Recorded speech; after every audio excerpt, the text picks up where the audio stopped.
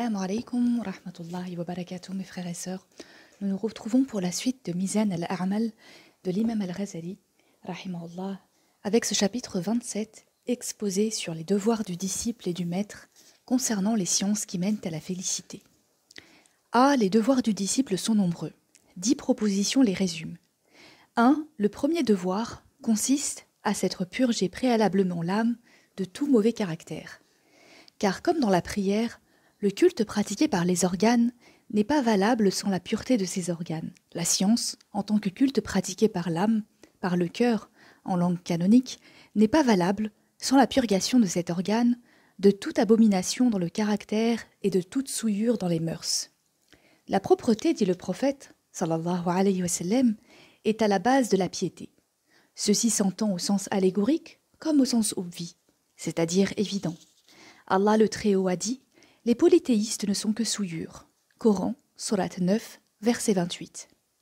Il laisse entendre que pureté et souillure ne sont point restreintes à un sens obvi. Les anges, dit le prophète, sallallahu alayhi wa sallam, ne pénètrent point dans une maison où loge un chien. Or le cœur se trouve être la maison des anges, leur réceptacle de regard et leur zone d'influence. Les mauvaises mœurs, les chiens, interdisant l'entrée des anges. Et s'il est permis de penser qu'il s'agit là de la maison de terre, qui est la maison au sens propre, et de l'animal connu sous le nom de chien, qui d'ailleurs au point de vue forme vaut les autres animaux, pensez qu'il s'agit de la maison de la piété, qui est le cœur, et des mœurs qui d'ailleurs n'en valent point les bonnes, le serait d'autant plus. Aussi, la maison de piété est-elle le cœur, et elle est tantôt envahie par les chiens, égale les mauvaises mœurs, tantôt par les anges. Objecteras-tu, que de gens de mauvaises mœurs ont pu acquérir la science? Tu es loin de comprendre la vraie science religieuse, celle qui procure la félicité. Ce qu'un homme de mauvaise mœurs peut acquérir, c'est un discours qu'il ordonne avec sa langue parfois, avec son cœur d'autrefois, et un verbiage qu'il répète. Si la lumière de la science avait illuminé son cœur, ses mœurs se seraient amendées. Car au degré le plus rudimentaire du savoir, l'on est censé connaître que les péchés sont des poisons mortels qui anéantissent la vie éternelle, et qu'ils doivent leur origine aux mauvaises mœurs. Or, a-t-on jamais vu prendre du poison en pleine conscience? C'est pourquoi le prophète sallallahu alayhi wa sallam a dit: quiconque s'accroît en savoir sans s'accroître en devoir ne fait que s'éloigner davantage d'Allah. Voilà pourquoi certains esprits, épris de précision, ont dit que l'adage nous avons cultivé la science pour un autre que Allah, mais la science a refusé d'être à un autre que Allah, signifie que la science a refusé de se laisser acquérir, la connaissance qui en a particulièrement eu lieu n'étant que verbiage et non une science véritable. Mais, objecteras-tu, je vois quelques éminents faqih versés dans les sciences juridiques, en dépit de leurs mauvaises mœurs.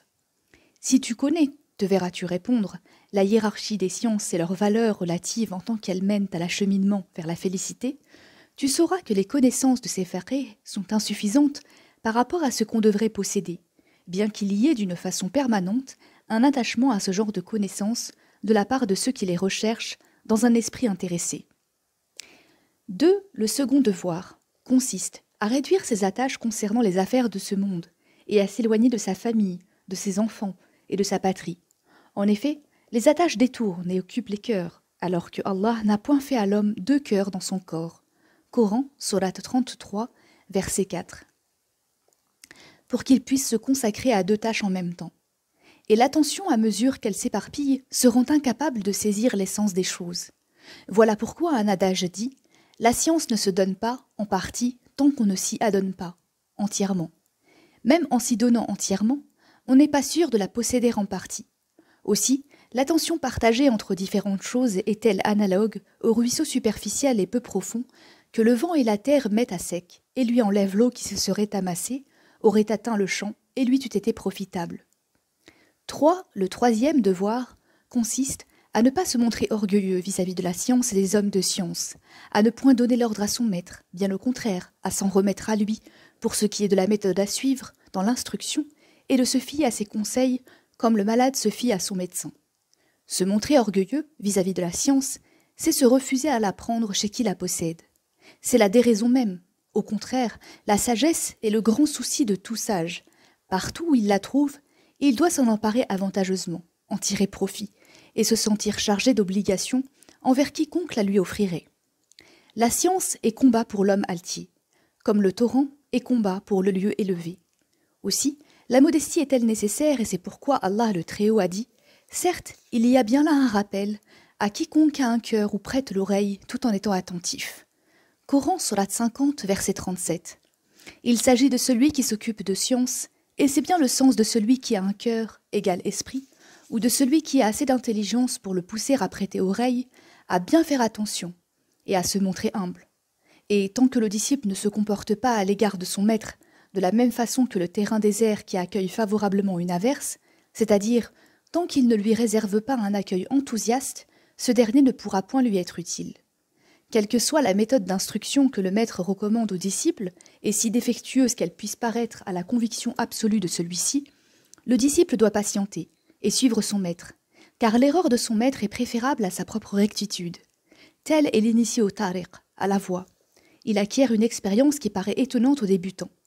C'est cela que Allah souligne dans l'histoire d'Al-Khadir et de Moussa, alayhum salam. Moussa demande au serviteur d'Allah « Te suivrai-je à condition que tu m'instruises dans la vraie doctrine qui t'a été révélée ?» Coran, Sourate 18, verset 66. Confère le passage jusqu'au verset où Allah cite la clause d'Al-Khadir. Alayhi salam. Ne m'interroge sur aucun fait avant que j'en t'en ai fait mention. Coran, Sourate 18, verset 70. Puis, Moussa, alayhi salam, impatient, l'interrompt et le questionne au point qu'Al-Khadir, alayhi salam, dut lui dire « Ici, nous nous séparerons. » Coran, Sourate 18, verset 78. En lui expliquant les mystères qui lui paraissaient imperceptibles, tels que le Coran les annonce. Allah fait donc savoir à Moussa, alayhi salam, que le maître sait ce que l'intelligence et l'imagination de son disciple ne peuvent atteindre. Bref, tout disciple qui ne suit pas les consignes de son maître relatives à la méthode d'instruction est formellement condamné à courir un échec. Objecteras-tu, Allah n'a-t-il pas dit « Interrogez ceux qui ont reçu les Écritures si vous ne savez point » Coran, Sourate 16, verset 43 et Sourate 21, verset 7. Sache que cette injonction ne contredit pas l'interdiction faite à Moussa alayhi salam d'interroger et ne contredit pas ce que nous venons d'avancer, car l'interdiction dont il était question est au sujet de ce qui n'est pas à la portée de notre capacité de compréhension. On devrait en effet renoncer à demander des explications sur cette partie-là si le maître l'interdisait. Mais l'injonction dont il s'agit est un engagement à reconnaître en détail ce que notre degré de savoir permet de connaître. 4. Le quatrième devoir consiste dans le fait que celui qui se plonge dans les sciences spéculatives ne doit pas d'abord faire attention aux divergences qui opposent les sectes, aux propositions suspectes qui inspirent doute et incertitude, tant qu'il n'aura pas poussé, aussi loin que possible, la connaissance des règles de ces sciences, car l'on risquerait autrement, pour des causes déjà énumérées dans notre livre « Critérium de la science », de perdre le courage d'acquérir le principal de la science, de désespérer d'atteindre véritablement cette dernière.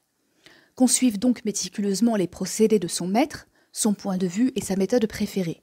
Qu'on s'attaque ensuite à l'éclaircissement et à l'examen des ambiguïtés. C'est pourquoi Allah le Très-Haut interdit aux prosélytes non encore assez forts en sciences de l'islam de se mêler aux incroyants. On a même pu dire que l'un des mobiles qui ont motivé la prohibition de manger du porc était le fait que celui-ci entrait souvent dans la composition du menu des incroyants. Or la prohibition était instituée pour interdire aux musulmans leur commensalité qui entraînait leur fréquentation. Voilà pourquoi l'on doit protéger la masse contre la société des gens dévergondés, comme on protège les femmes dont on a la charge contre les mauvaises fréquentations.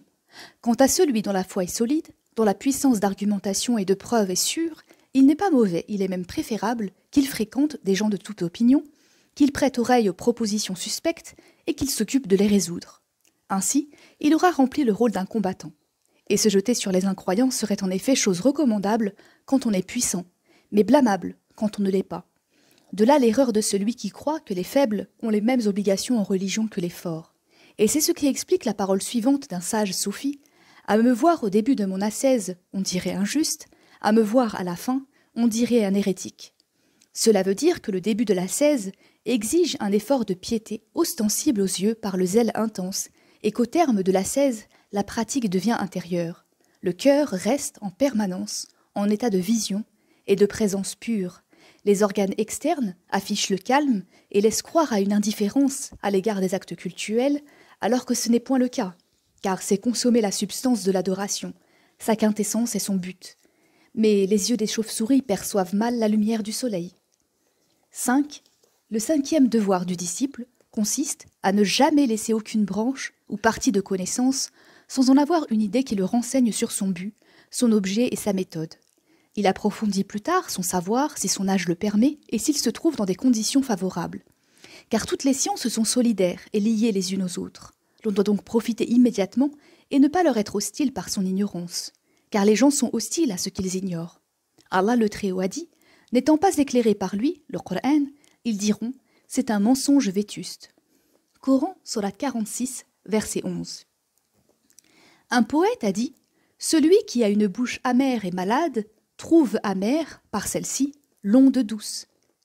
L'on ne doit mépriser aucune variété de sciences. Il faut au contraire les acquérir toutes en donnant à chacune son droit et sa place.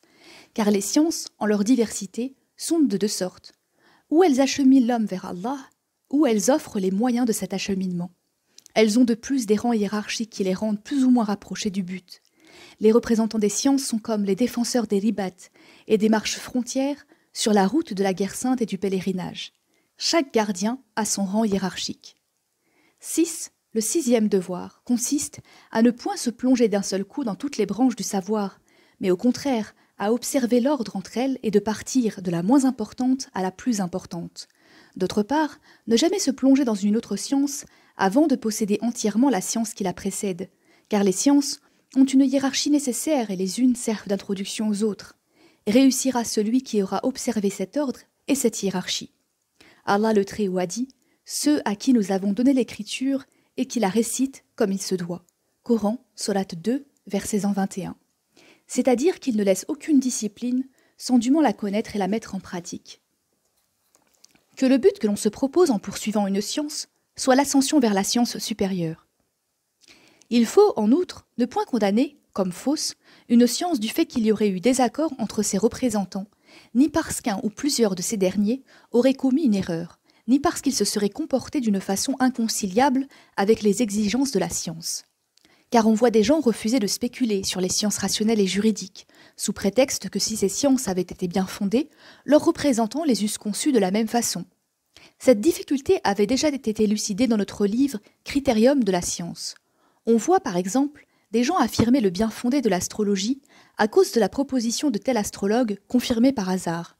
D'autres affirment le non fondé de cette science à cause de la proposition de tel autre astrologue qui s'est révélée erronée. Or, les deux affirmations sont fausses. Il faut donc au contraire connaître le bien fondé d'une chose objectivement, car nul n'a l'exclusivité d'aucune science. C'est pourquoi Ali, alayhi salam, a dit « Ne reconnais pas la vérité par les hommes, reconnais le vrai, tu reconnaîtras ses représentants. » 7. Le 5e devoir. Si la vie n'est pas assez longue pour cultiver toutes les sciences, il faut prendre de chacune la meilleure partie. On se contentera d'une vue d'ensemble de chaque science, et l'on consacrera les jours dont on dispose à la science qui est la cause du salut et de la félicité, et qui est le but de toute science, à savoir la connaissance certaine et sincère d'Allah. En effet, toutes les sciences servent cette dernière, laquelle ne sert point les autres. Voilà pourquoi Allah le Très-Haut a dit « Dis, c'est Allah » et laisse-les ensuite dans leur ergoterie se jouer. Coran, sourate 6, verset 91. Il ne s'agit pas ici d'une articulation par les muscles de la langue des lettres de ce vocable-là. La preuve en est le hadith, celui qui dit avec sincérité « Il n'y a de Dieu qu'Allah » ira au paradis. Car mouvoir ses organes est de peu de profit si cela n'influence pas le cœur ou s'il n'émane pas d'une influence déjà implantée dans le cœur sous la forme primordiale d'une croyance appelée foi, laquelle pourra atteindre le degré d'Abu Bakr, radiallahu anhu, qui si on l'évaluait avec la foi de toutes les créatures, l'emporterait en poids. Sans compter que le hadith déclare « Abu Bakr ne l'emporte pas sur vous par excès de jeûne ni de prière, mais par un mystère caché dans son cœur. » Si la connaissance d'Allah avait dû être réduite à la croyance d'un imitateur qui suit l'autorité, d'un théologien ou d'un dialecticien, je crois que cela n'aurait pu échapper à Omar, à Othman, ni à tous les compagnons, de sorte qu'Abu Bakr se fut montré supérieur.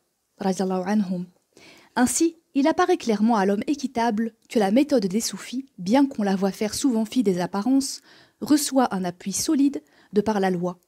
Il ne faut donc pas lui être hostile parce qu'on l'ignore et que l'on n'est pas à sa hauteur. Bref, la connaissance d'Allah est la fin de toute connaissance, le fruit de toute science, d'après toutes les doctrines. On rapporte qu'on vit en songe 2 sages adorant Allah dans une mosquée. Dans la main de l'un était un billet, où il était écrit « Si tu excelles dans toute chose, ne crois pas que tu as excellé dans quelque chose avant de connaître Allah le Très-Haut et de savoir qu'il est la cause des causes et le créateur des choses. » Dans la main de l'autre, un autre billet. « Avant de connaître Allah, je buvais et demeurais assoiffé. Mais quand je l'eus connu, je fus désaltéré sans boire. » 8. Le 8e devoir est de savoir quelle est la signification du fait que certaines sciences sont plus nobles que d'autres.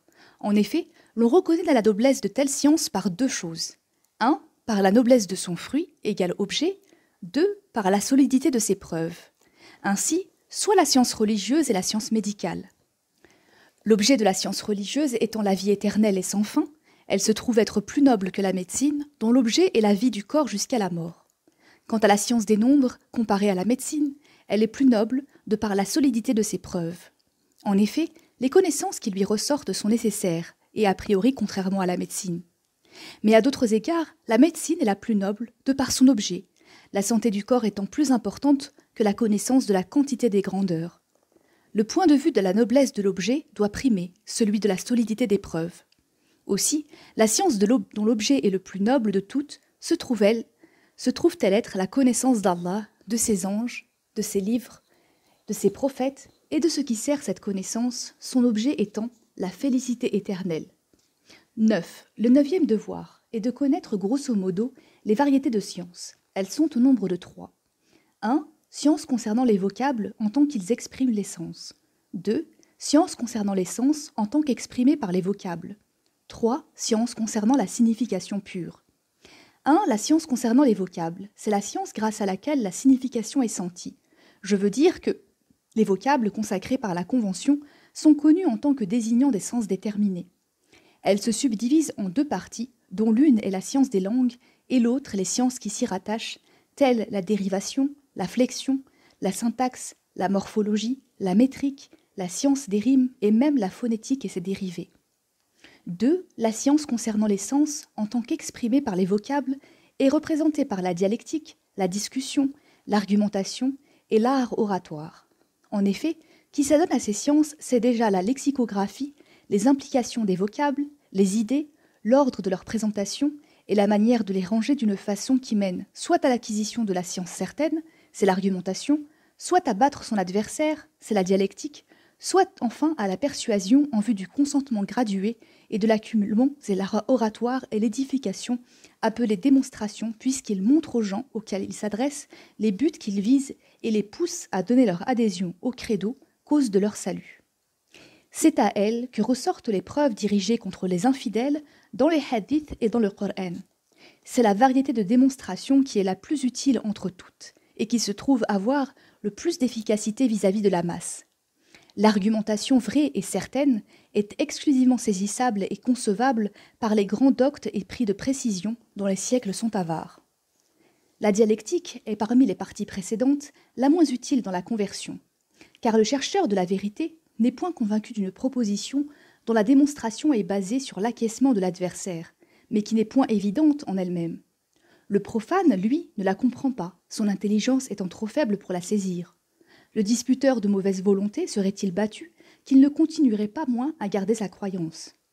Il attribuerait souvent l'échec à sa propre incapacité et se dirait « si l'instituteur de ma doctrine eût été vivant et présent, il eût pu échapper à l'objection ». La plupart des arguments que les théologiens ont cités dans leurs discussions avec les sectes schismatiques sont du dialecticisme. Il en va tout de même dans les discussions du fiqh. Voilà pourquoi nulle discussion n'aboutit à ce qu'une personne se convertisse et change de doctrine. 3. La 3e variété de sciences, celle qui concerne la signification, se subdivise en sciences spéculatives pures et sciences pratiques. A. La science spéculative consiste à connaître Allah le Très-Haut, à connaître les anges et les prophètes, c'est-à-dire connaître la prophétie, ses rangs hiérarchiques, ainsi que ceux des anges, à connaître le royaume des cieux et de la terre, les bêtes que Allah y a semées, les mystères des horizons et des âmes, les corps célestes et météores, les divisions de tous les êtres, la façon dont les uns dépendent des autres, la façon dont les uns sont rattachés aux autres, la façon dont ils se rattachent au vrai qui ne se rattache à rien, à connaître le jugement dernier, la palingénésie, la résurrection, le paradis, l'enfer, le sirat, la balance, à connaître les djinns, les shayatin, à vérifier si le sens obvi que la lettre de ces vocables a fait croire aux intelligences profanes est bien le vrai, car elles ont imaginé que Allah possédait certains attributs, tels qu'il est sur le trône, qu'il est au-dessus du monde, au sens spatial concret du mot, qu'il lui est antérieur au sens temporel, et autres fausses idées se rapportant aux anges, aux démons, aux choses eschatologiques, telles que le paradis et l'enfer. Vérifier si ces choses sont bien telles qu'on a pu les imaginer ou représentent des symboles et des images ayant une signification autre que leur signification immédiate, vérifier avec sincérité et avec certitude qui exclut le doute et l'hypothèse et rompt avec le scepticisme et la conjecture. Voilà de quoi traitent les sciences spéculatives indépendantes de la pratique.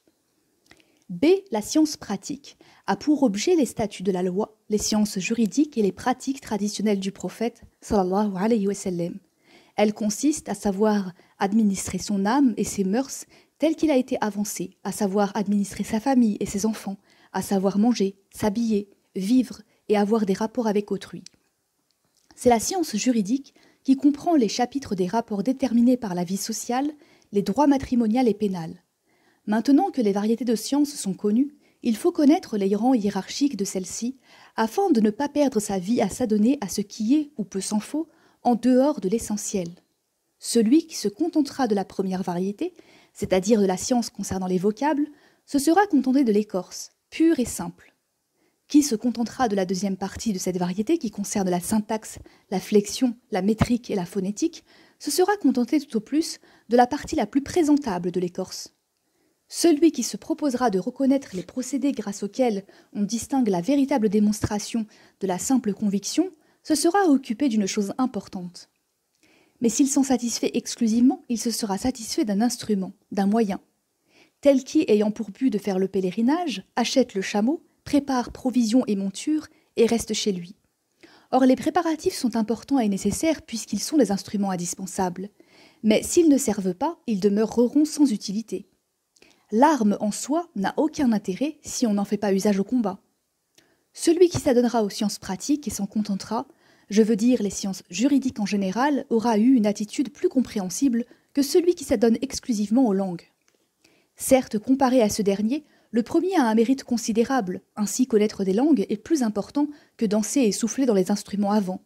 Cependant, de là à comparer ce genre de connaissances à la science qu'on croit prendre pour but, il y a loin. Notre point de vue ne sera mieux conçu que grâce à une parabole allégorique. Soit un maître qui pose comme condition à l'affranchissement de son esclave que celui-ci fasse le pèlerinage et qui promet à ce dernier des avantages lui permettant l'amélioration de sa condition. Pour avoir le bonheur d'être affranchi, l'esclave doit passer par 3 stades. 1. Préparer les moyens, c'est-à-dire acheter la chamelle, coudre l'outre et apprêter le viatique. 2. Quitter son pays et se mettre en chemin, parcourant étape après étape pour arriver au but.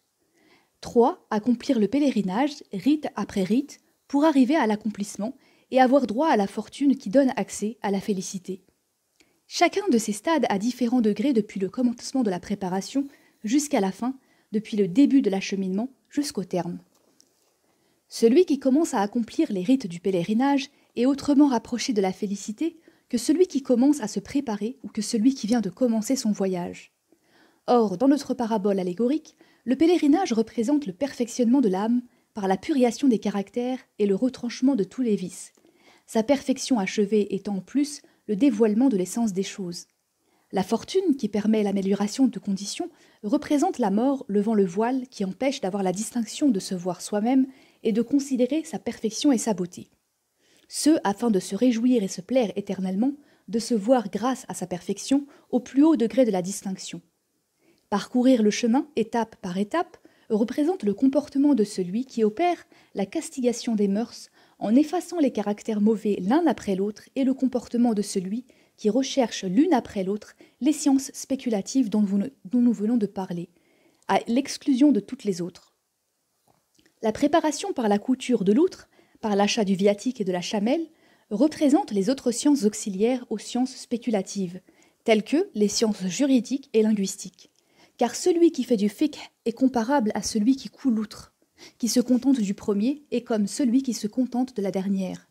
qui se contente de la langue est comme celui qui se contente du tannage de la peau dont on fait l'outre. Certes, le pèlerin ne peut pas se passer du tanneur, mais qui passe son temps à connaître les broutilles de la science juridique, telles qu'on en voit dans les casuistiques de notre époque, lesquelles n'ont jamais existé du temps des compagnons, radiallahu anhum, est comme celui qui passe son temps à recoudre son outre après l'avoir bien cousu. En soutenant personnellement cette thèse, dirais-tu, tu contredis le consensus des juristes. Si tu la professes par transmission seulement, l'avis de quelle école représente-t-elle ? Je te dis cela, répondrai-je, citant la doctrine que l'objet de la majeure partie de ce livre est de poser, j'ai nommé la doctrine soufie. En effet, les soufis sont d'accord sur la signification qui se dégage de cette parabole allégorique, bien que celle-ci ne soit point de leur cru. Ce qu'ils disent, demanderais-tu, est-il vrai ou non ? Ce livre, répondrai-je, n'est pas fait pour montrer, par voie de démonstration logique, le vrai et le faux de leurs opinions. Il s'agit seulement de recommandations qui tirent de l'insouciance et guident sur le chemin de la recherche afin que l'on ne se montre pas indifférent à ce que les soufis ont enseigné. Car il n'est pas impossible, au début, de se mettre à leur école. Que celui qui cherche instruction et demande à être guidé approfondisse donc la doctrine pour pénétrer son secret et son mystère. Si tu dis « Quoique je n'embrasse pas la doctrine des soufis, je n'admets point non plus, après avoir englouti ma vie dans le fiqh, casuistique et classique, d'être abaissé aux yeux de ceux-là, à ce rang contemptible, et d'être considéré de cet œil. Pourquoi donc disais-tu que leur doctrine impliquait cette contemption ? Sache donc que le motif te paraîtrait justifiable si tu considérais minutieusement ce qui t'a été avancé, à savoir que la félicité est liée à deux faits, anéantissement et fixation.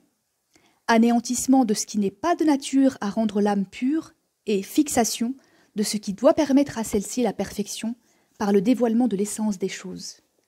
Or cela ne se produit que par la castigation des mœurs et la réflexion sur les grâces divines et sur le royaume des cieux et de la terre, réflexion qui éclaire leur mystère. La science juridique, elle, est uniquement nécessaire parce que le corps humain se trouve en avoir besoin, lequel, pour subsister, ne peut se passer de la science des corps, la médecine, et de la science religieuse, le fiqh, car l'homme est créé d'une façon telle qu'il ne saurait vivre seul comme la bête sauvage. Il a besoin, au contraire, de se trouver dans un groupe d'hommes qui collaborent pour effectuer maintes besognes, alimentation, habillement et moyens afférents à ceux-ci. Aussi est-il indispensable, étant donné leur association, qu'il y ait entre eux une justice, un code, qui régisse leurs rapports et auquel ils se réfèrent. Faute de quoi ils se disputeraient, s'entretueraient et périraient. La science juridique est l'expression de ce code dont le détail se trouve dans ces chapitres relatifs au droit matrimonial, civil et pénal. Sur le chemin de ceux qui se dirigent vers Allah, le corps jouerait un rôle comparable à celui de la chamelle et de l'outre sur le chemin du pèlerinage. Les affaires qui intéressent le corps seraient comme les affaires qui intéressent la chamelle et l'outre. La science qui prend à charge les intérêts du corps serait comme la profession qui a pour charge de coudre l'outre, de la bien confectionner et de la rendre propre. Le rôle que joue le corps par rapport au but final que l'on doit poursuivre aurait la même importance que celui que jouent ces bagatelles par rapport au but final qu'est le pèlerinage. Ce sous la réserve que soit exact ce que les soufis professent au sujet de l'acheminement, de la préparation et du but. Si Allah, disent-ils, ne voulait instituer la vie d'ici-bas, les voiles eussent été levés, l'insouciance eût disparu et les hommes se fussent dirigés sur le chemin d'Allah, chacun abandonnant ce qui se trouve loin du but. Mais chaque parti se trouve être content de ce qu'il possède. Coran, Sourate 23, verset 53. Et c'est ce qui maintient l'ordre dans le monde. Bien plus, sans cela, il n'y aurait point de profession. En effet, si le tailleur, le tisserand, le barbier n'avaient pas de raison qui les détermine à s'attacher à leur profession, ils abandonneraient celle-ci et se tourneraient vers les plus nobles professions, de sorte que la majorité des professions disparaîtraient. Aussi, l'attachement de ces artisans à leur métier est nécessaire pour créer les conditions de l'ordre. Et à certains égards, leur insouciance peut être considérée comme l'effet d'une miséricorde divine.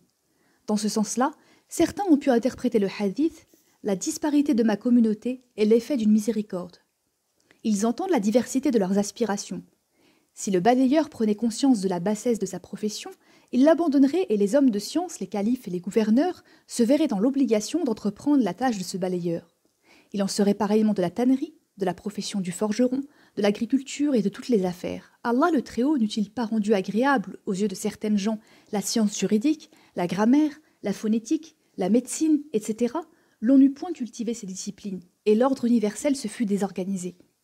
En outre, il est implicitement convenu que celui qui s'attaque à une science ou à une profession ne devra pas s'estimer par rapport à son supérieur, mais par rapport à son inférieur.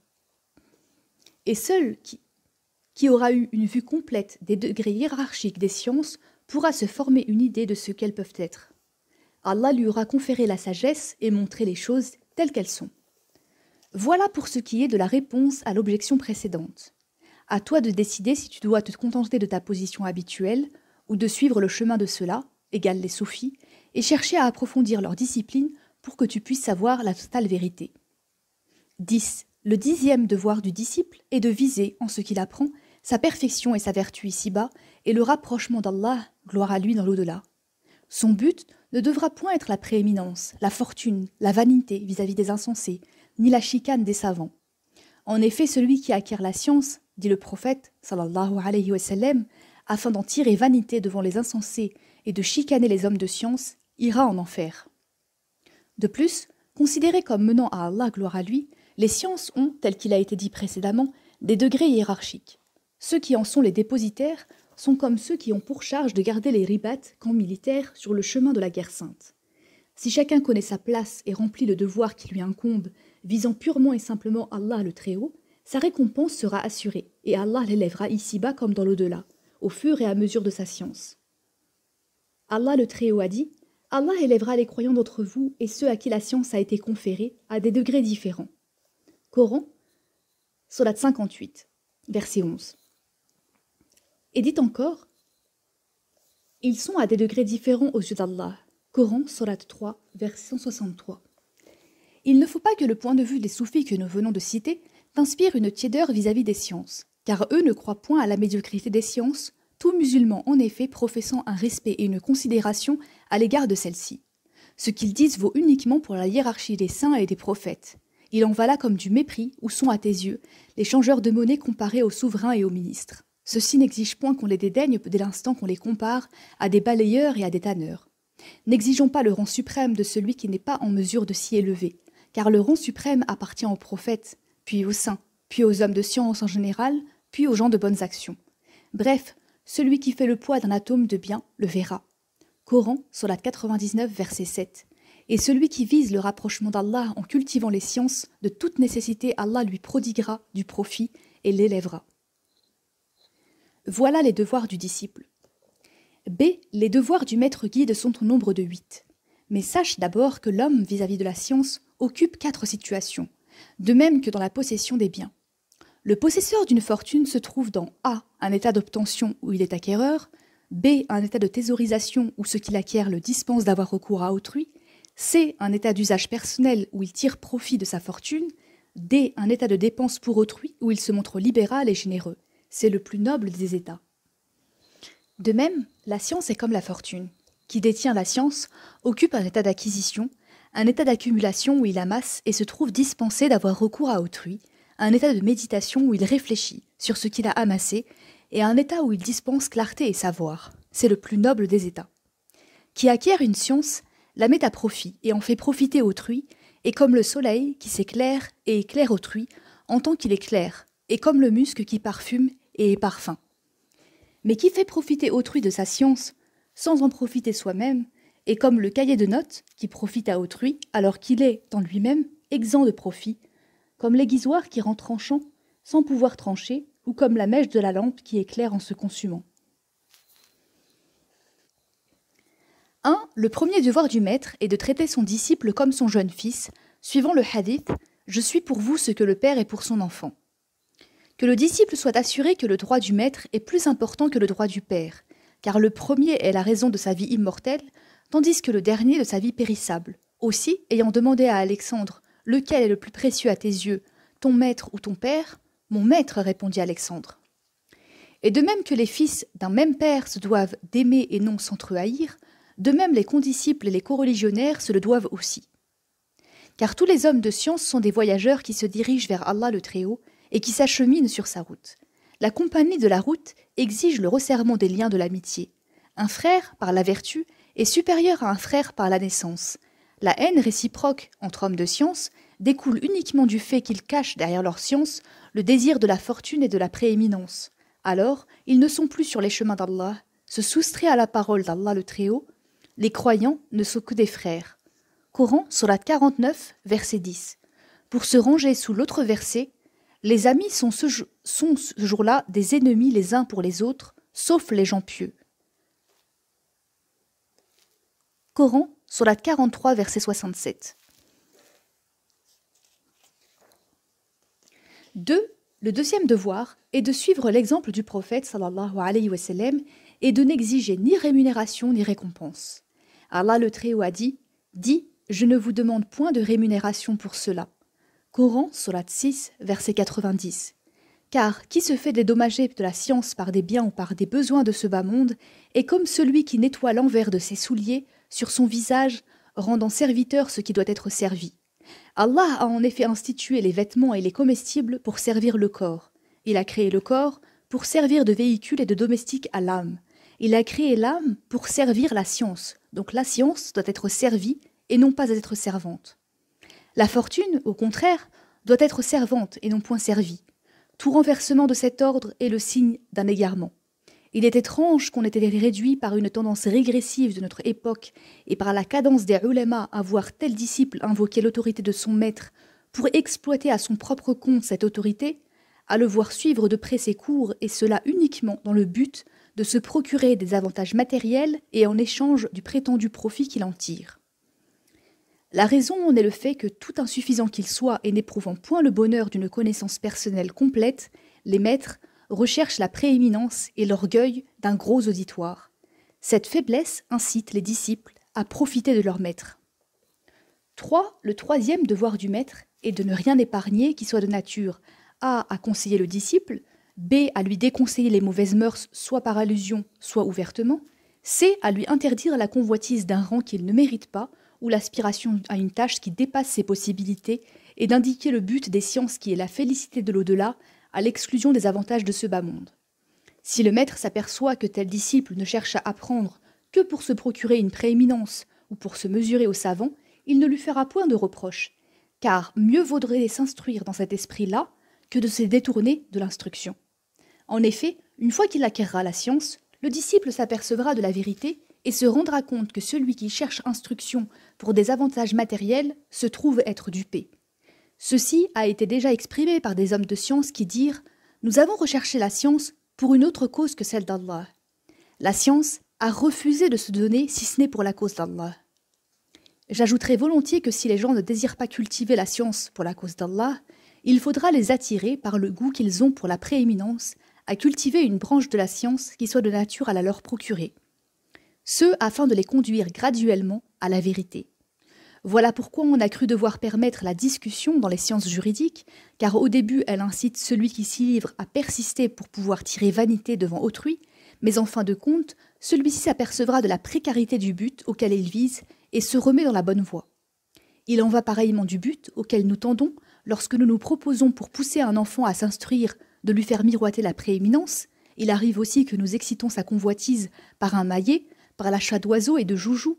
Nous lui donnons à certains moments l'occasion de jouer afin qu'au début, il se sente le besoin d'apprendre et que petit à petit, il finisse par atteindre ce que nous avions en vue. Que derrière l'instruction se cache le désir de la prééminence, Allah a voulu qu'il en fût ainsi, pour sauver la loi religieuse et la science.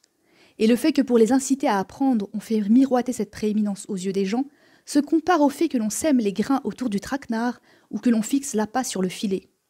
C'est comme les appétits de manger et de copuler créés par Allah pour inciter à accomplir les actes qui assurent la subsistance de l'individu et de l'espèce.